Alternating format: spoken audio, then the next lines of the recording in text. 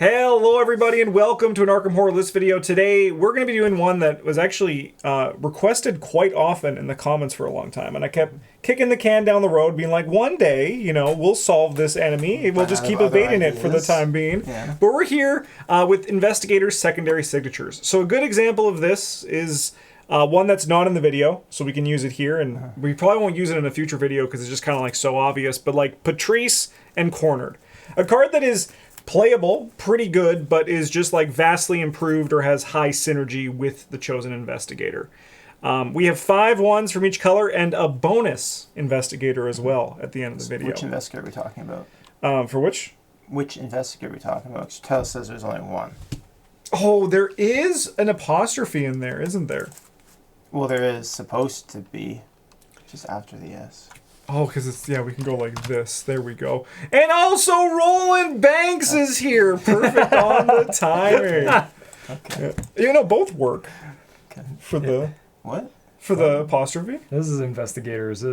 Yeah. Sure. It does. Roland Banks. It does. Do we need to look up... Roland Banks likes field works. Likes field work. It's a level 0 yellow card, so he can play it because he gets to play yellow 0 to 2. And if you look at Roland's stat line, it kind of sucks. And not big numbers. No, but getting those numbers +2 is pretty good. 5 book, pretty good. 6 fist, quite good. 5 brain if you do need that, or 4 foot, pretty reasonable. And all you have to do is move to a location with a clue on it, and that's what you want to do, because you, like, if you're not on location with a clue is rolling, what are you doing? Yeah. Why aren't you just playing a different investigator, you know? The nice thing about it, too, is that Roland Banks works really well when he is kind of... Like, earlier on in the game, he was there to fight because, you know, he was one of the guys who was like, there to fight. He was the only guy with 4 punch. Yeah.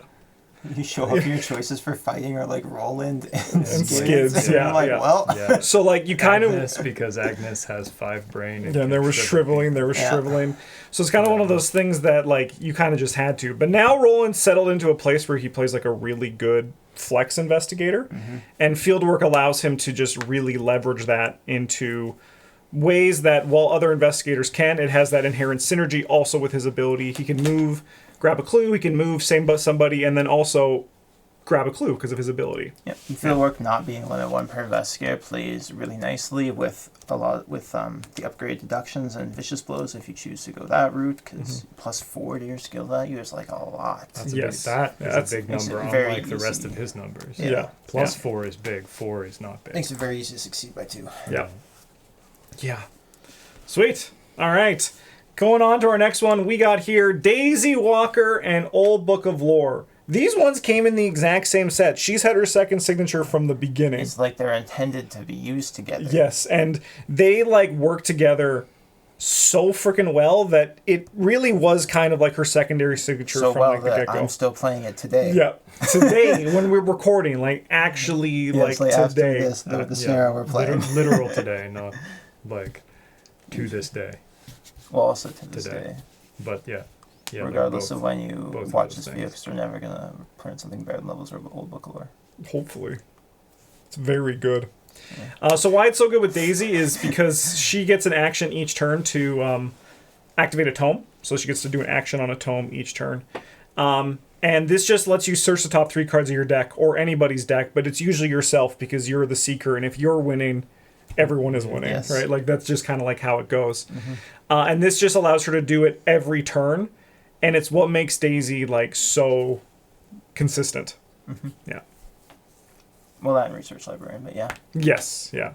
But I mean, like, yeah, the Research Librarian, that also could be like a secondary signature, but I still think Old Book of Lore is, like, usually what you're finding with most kind of things. And, like, what's her unadvanced book bag do? It just gives you more hand slots, right?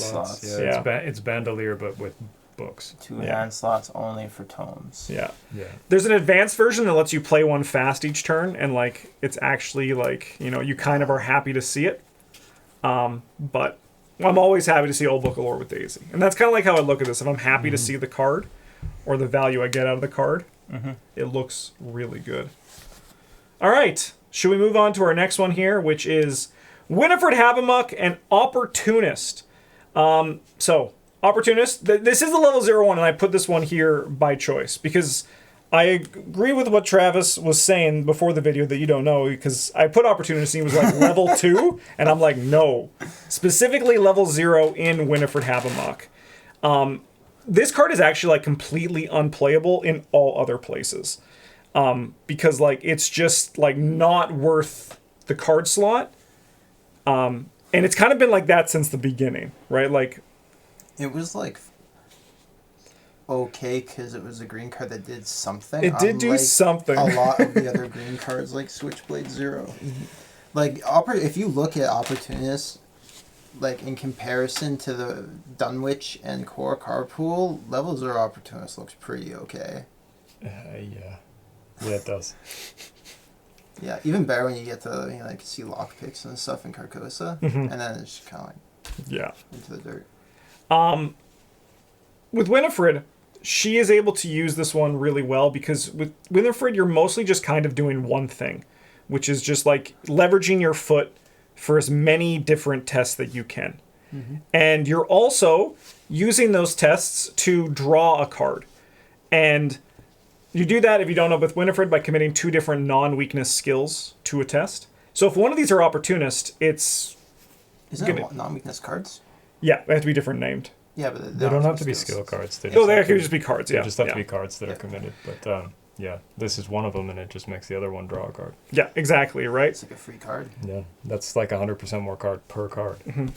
And because you're leveraging your foot, which is already 5 for Winifred, and you've committed some skills, and you're probably using, like, I don't know, a British Bulldog, lockpicks, some sort of thing that adds a thing onto a thing, your number is probably going to be like 9 or 10, which means that unless you draw the auto fail, which can happen, Opportunist is just going to come back to your hand.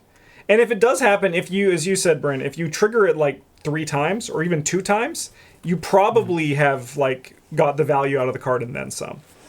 Yeah, especially if the other cards you're committing are like manual decks or something like that. So then you're drawing 2 cards and putting the Opportunist back in your hand. Yeah. You don't actually need to do this very many times. A shout out to another one as well that we had on our list was Daredevil. It's really good with Winifred, especially the level 2 version, because it's basically just commit this to draw a card, and you're going to like get more value out of it. And then if you hit something like Opportunist off of it, you succeed. You're drawing so 2 much cards. Value. Yeah, oh just my like, God. And Winifred is really just like the quest for value while spinning the commit cards machine. Yeah, Mostly. And try to win the game before you die. Yeah.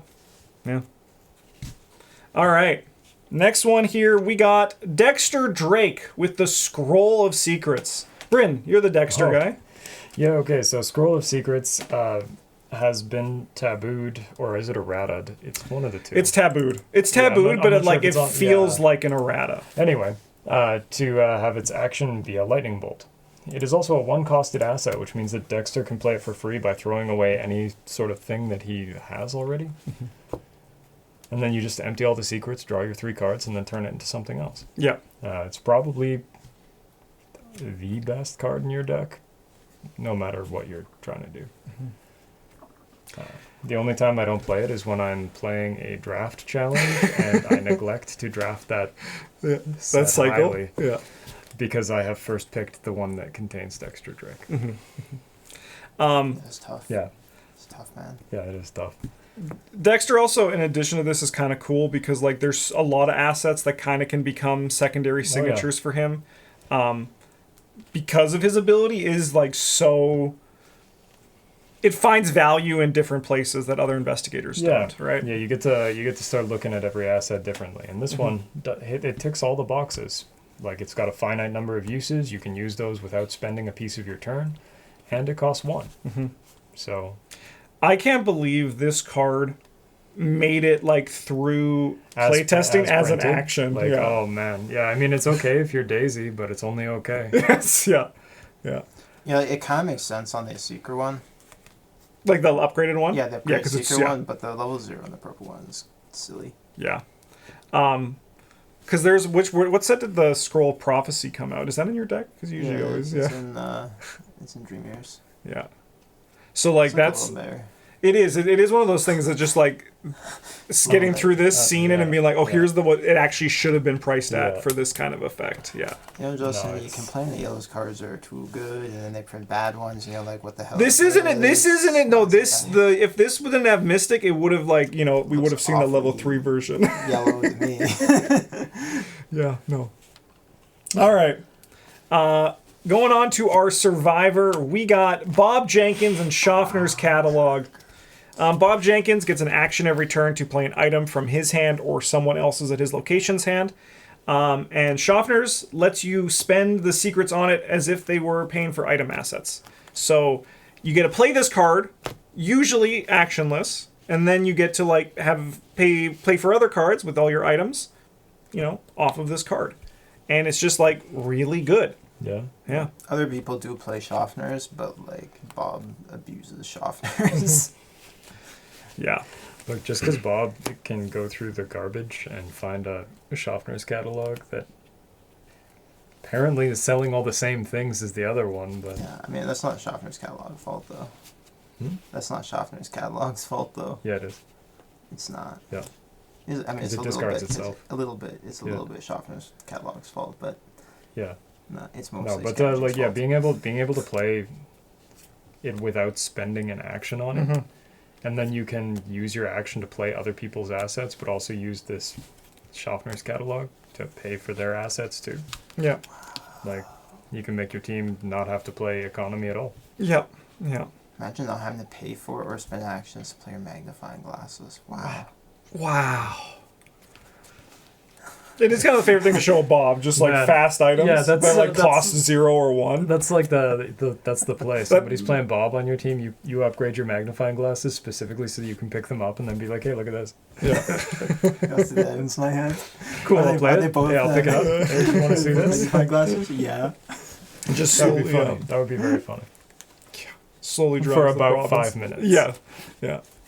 I mean, I know that like when you're the Bob, it's the worst, but it never gets slow for the other people. Because like every time when you played Bob, you and I would always just be like showing the hand and just being like, yeah, this is what we have. Like these are the things that we have in our hand. Would you like to play any of them? And for sitting like engaged with the enemy or something like that, two locations away from us, and he's like, please. Yeah, it is even better when like Bob is in a pickle. It's just like, Bob, I have these. Do you mind? He's like thinking about to commit to his drawing remains, and you're like. Look at my items. During the mythos phase, it's just like, this test will kill me if I fail. Yeah, it's just like, I got all the brain symbols I have on my cards. It's a Tennessee Sour match. Don't you would have loved this, right? That's true. Oh, man, that's funny. Yeah. Honestly, that's just a great, like... Because we did the April Fools, just if we could like build for each other, and it's just a Bob deck. They have no items, but everyone else just brings like 30 items. This deck is just economy. Yeah. Please, play this for us. Yeah. All right, and our bonus one, we got Silas Marsh and Nautical Prowess. So this is a replacement signature, so it actually is a secondary signature. Yeah, weird thing is, like, these came out so long ago that there's probably a decent amount of people who play this game who don't know about them. Yeah. Wow. But it is a very solid, second signature. Yeah.